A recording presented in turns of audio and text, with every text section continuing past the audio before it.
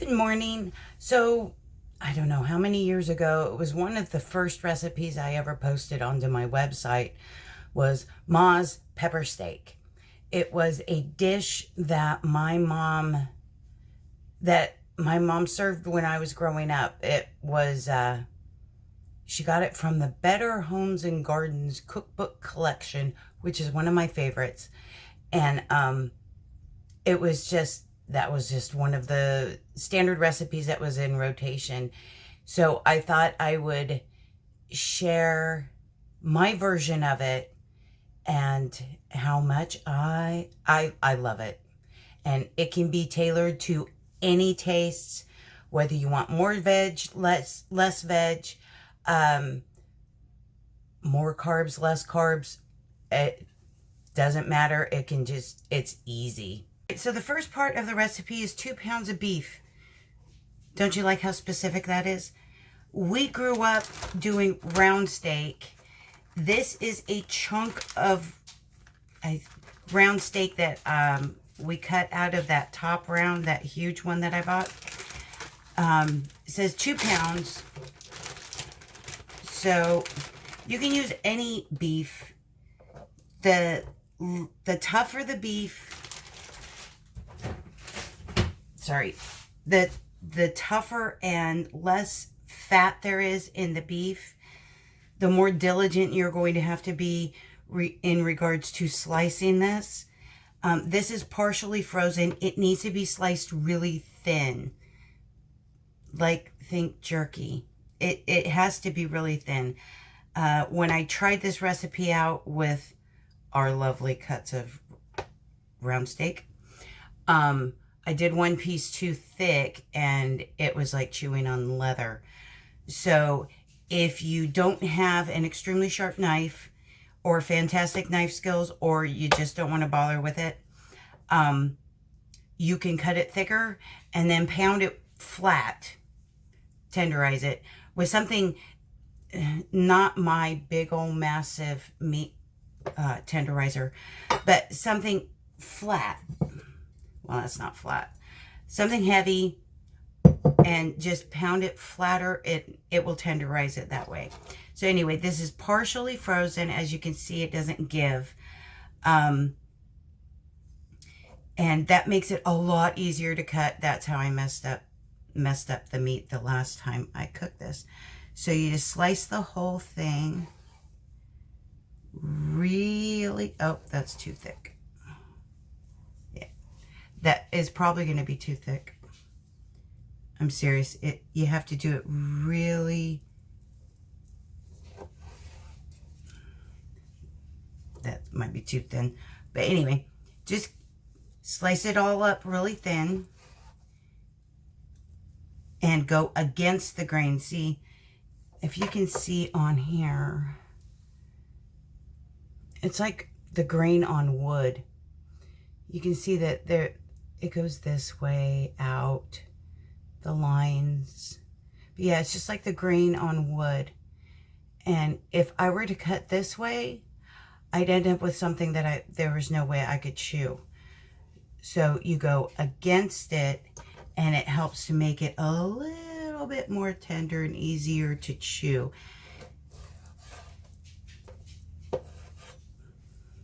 Okay, so you just keep cutting this, slicing this, sorry.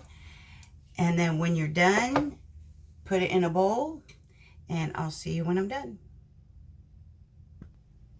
So I forgot to add, since this piece of beef is so wide, you want it pretty close to bite-sized pieces. So for this, I'm going to cut it in half lengthwise and then cut it again because I don't like how big this chunk of meat is. Be right back. Okay, so here it is, all nice and sliced up. Yeah, it says in the recipe shredded, so that's as close to shredded as I'm gonna get. Okay, now here's where I've changed things. This is 2 tablespoons of soy sauce and 2 tablespoons of Chinese wine. You can use any white wine, or if you don't want to use white wine, just use water. But yeah, so 2 tablespoons of soy sauce, 2 tablespoons of whatever other liquid you're going to use. This is all strictly for flavor and marinating. And however much black pepper you want. Technically it says 1/8 of a teaspoon, which is what, a shake? But I love black pepper, so I can do what I want. This is the part that you can't, you need to have this. So in order to make this lower carb, please do not do without starch. This is potato starch. You can use corn starch. I have like a ton of potato starch because I read somewhere that it was supposed to be good for type 2 diabetes. So I bought like 5 pounds. So I'm using potato starch. Anyway, this is what makes the sauce. And when it came to me going low carb and trying to do everything without thickeners, it just really sucks. I can't stand, I just can't stand it. It's the consistency is wrong. I don't want soup if I'm trying to make chili. So there are some things that I will not do. So anyway, put the 2 tablespoons of starch in here, and you mix it up and you let it marinate for at least 30 minutes or overnight in the fridge covered. Okay, so fun fact, I got ready to make you pepper steak, and I don't have any peppers. So we'll just wing it. I fried some cabbage. And I'm thinking about adding this instead of the bell peppers. Yeah, we'll see. But anyway, so you put some oil in the pan, a couple tablespoons, however much you need. You throw whatever raw veg you have in here. I have onions, some really sad looking green beans. I also have a tablespoon of ginger garlic paste because I absolutely love ginger. I did not grow up with ginger. My mom couldn't stand it. So I had to find out on my own as an adult that I absolutely love ginger. So put this in here. I have this on almost medium high. Yeah, I'll turn it up to medium high. I don't have a wok. I used to have a wok. I never used it. It was a pain to store, so I got rid of it. But cast iron is amazing. So I'm sorry for the bouncing because you're sitting on the stovetop. But you stir this around until it gets, the onions need to be a little translucent. You don't want to cook the heck out of it because you're going to cook it even more later. But this is just to flavor the oil. Once this gets, you see it? It's not really brown because you don't want to burn the garlic and the ginger. Remove this from the pan. Keeping as much oil in here as you can. And I'm just going to add this to the cabbage bowl. Can't believe I don't have any bell peppers. I could have sworn I had some. But usually it's about 6 medium or however many you want bell peppers, seeded and julienned. But over the years, I just throw in whatever veg I have. You could do broccoli, you could do cauliflower. You can do anything you want in here. Obviously, I'm going to try cabbage. This will be the first time for cabbage. And this is just a regular head of cabbage. Nothing fancy like Napa or anything else. Now I'm going to add a little bit more oil. I use peanut oil because it withstands the heat. Grab my lovely deli cloves. And we're going to fry the meat. So here it is. It's been sitting here. Oh, here it is. It's been sitting in the marinade. It's been marinating all day. So I'm going to do it in as much of a single layer as I can.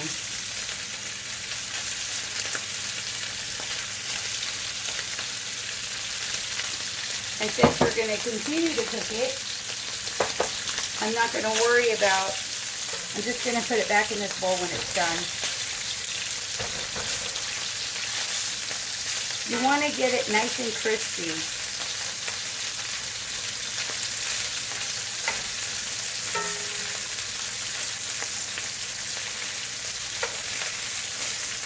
And due to the cornstarch on here, it's going to stick like a mofo. So, let it brown before trying to move it, or it's just going to be awful.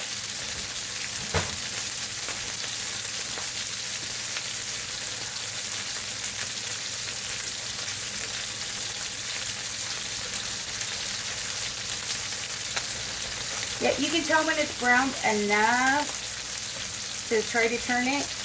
If you go like this and it picks up off the pan, then you could, it's probably safe to turn.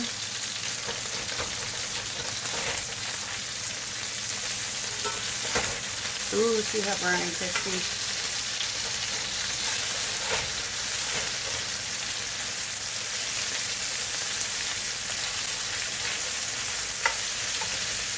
But this is what you want. You just want a quick fry. We don't want to actually cook it this time around.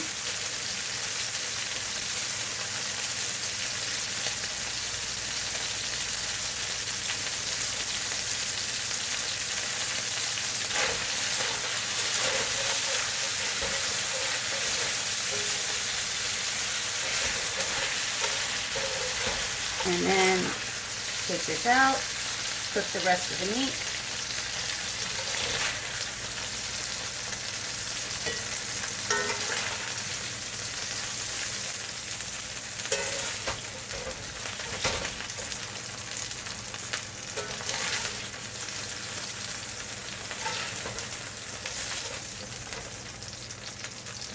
Okay, so while this is browning, I will show you this.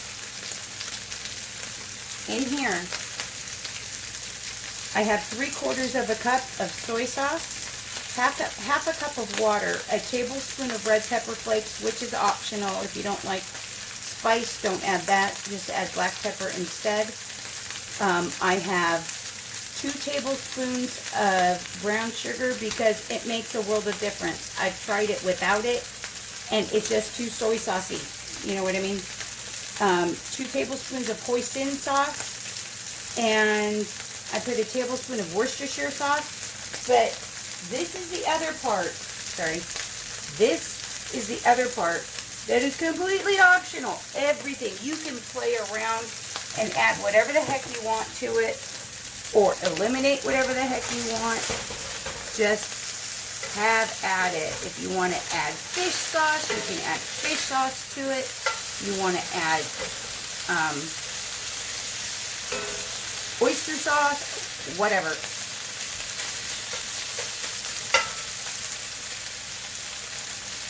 Okay, now that this is brown, I'm going to add just a little bit of oil, because as you can see, it's getting really crusty and sticking. Just a couple tablespoons. I'm going to add the meat back in here. All of it. And all the veg.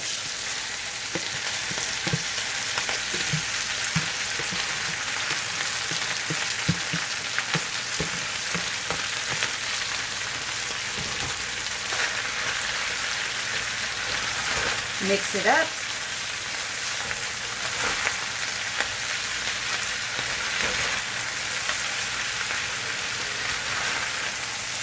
And I'm going to turn this down. I have it, I told you, medium high. I'm going to turn this down to about medium.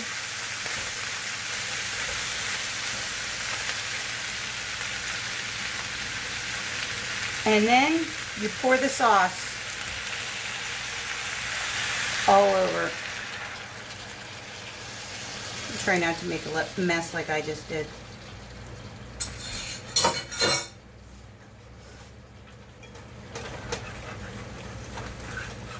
Now is the time to scrape the bottom of the pan so you get all the nice little bits of meat that's stuck to the bottom.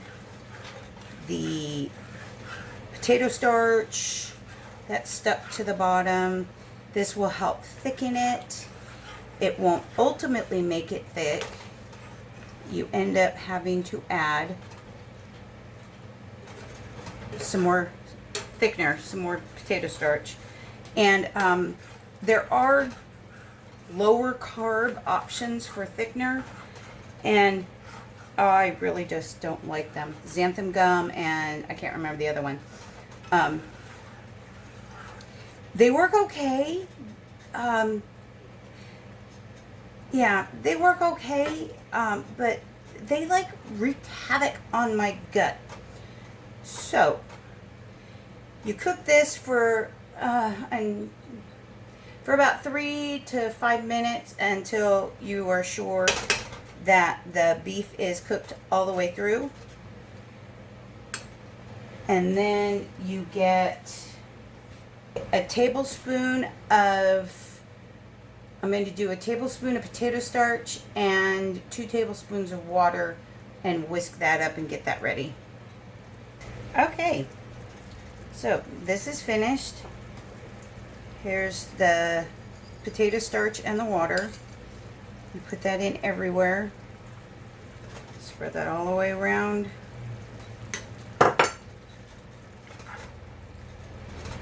And stir it in. If you don't, you end up with thickened sauce over here, thin sauce over here. It's not very appetizing. And if it ends up not being as thick as you want, you can add more water, 2 tablespoons of water and a tablespoon of potato starch. Throw that in here, let it cook down, get even thick to thicken it up even more. And this is it. Now, how do you eat it? In a bowl. You can eat it over rice. You can, I'm going to eat it over cabbage because I forgot how much I love fried cabbage. That's it. So, real quick. Oops. Sorry for making me all red. So, if you want to can the leftovers, you put them in, I would put them in a quart jar, or 500 milliliters, whatever it is. Put it in a quart jar, pressure can it for 75 minutes because it has meat in it. And there you go. You have this meal all ready, and it's just a meal ready to eat, MRE, homemade. And yeah, won't take up any of your freezer space. Of course, it will make the veg completely mush. So if you didn't want to do it like that, you could do all the steps, brown the meat, put the sauce in there. Don't use any cornstarch. Put that in jars, can that, and then you could saute up the vegetables, pour the jar on it, and then boom, you have your meal. So, thank you. I hope you enjoyed this. I'm trying to think up other recipes and all of that to share, and I'll talk to you later.